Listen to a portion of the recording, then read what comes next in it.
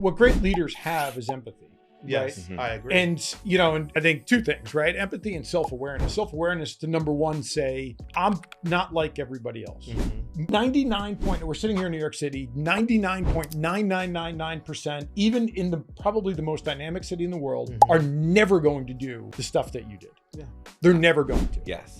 Right. So that's number one. But actually having that self-awareness to say it's neither good or bad.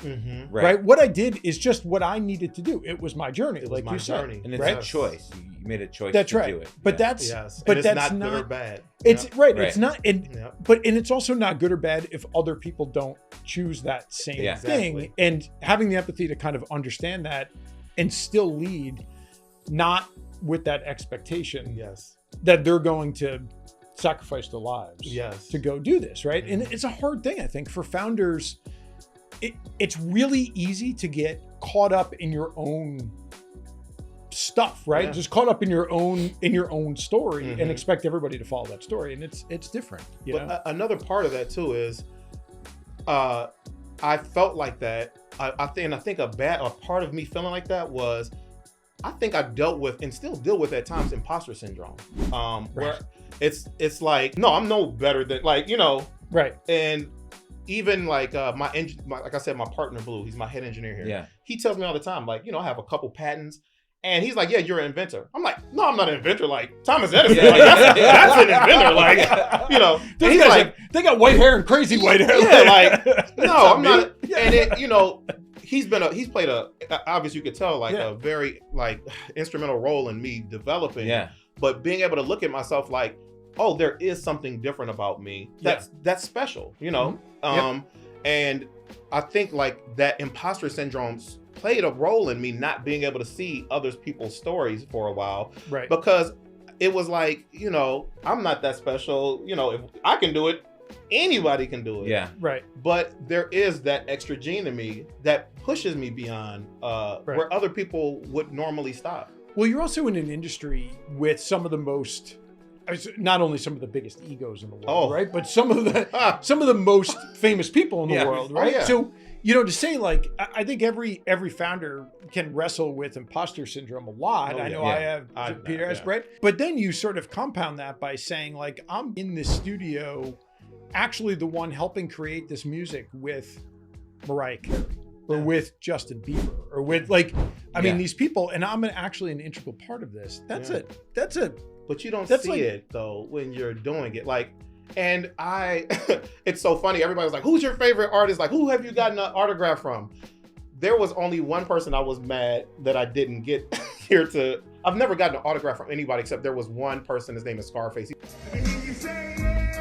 But I was so mad when I missed Lawrence O'Donnell being here. So he's an MSNBC. And I was like, yeah, man, I missed Lawrence O'Donnell coming to do an interview. And I'm like, my friends are like, what? Who is Lawrence O'Donnell? And like, why do you care? So yeah, I work with big people, but it's sort of, I'm used to it now. And I feel like I said, a part of that is like, oh, they're doing the thing. Right. But we are creating the support system to make that thing sound great, for it to be great, for them to be creative and be able to do the thing themselves here. 3 biggest lessons you've learned, Walter, on the way here. The biggest lesson I think was you can't do it alone. You need a team.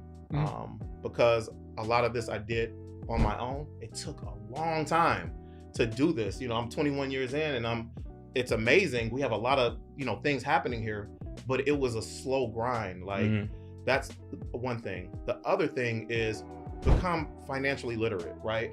I didn't know what a credit score was when I got to New York. I didn't even know that you could have what a credit score was, like how it was measured. Right.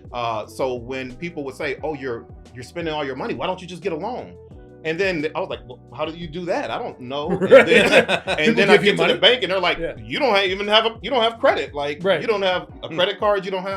I had no financial literacy, and it continued on, because I was building. It was like, do I have time to spend? But then when you start having to pay taxes and you start having to do payroll and you have to understand like where your money's going, where it's coming from, how to stay financially healthy to be able to borrow later on if you need it. So I would say that's the second thing.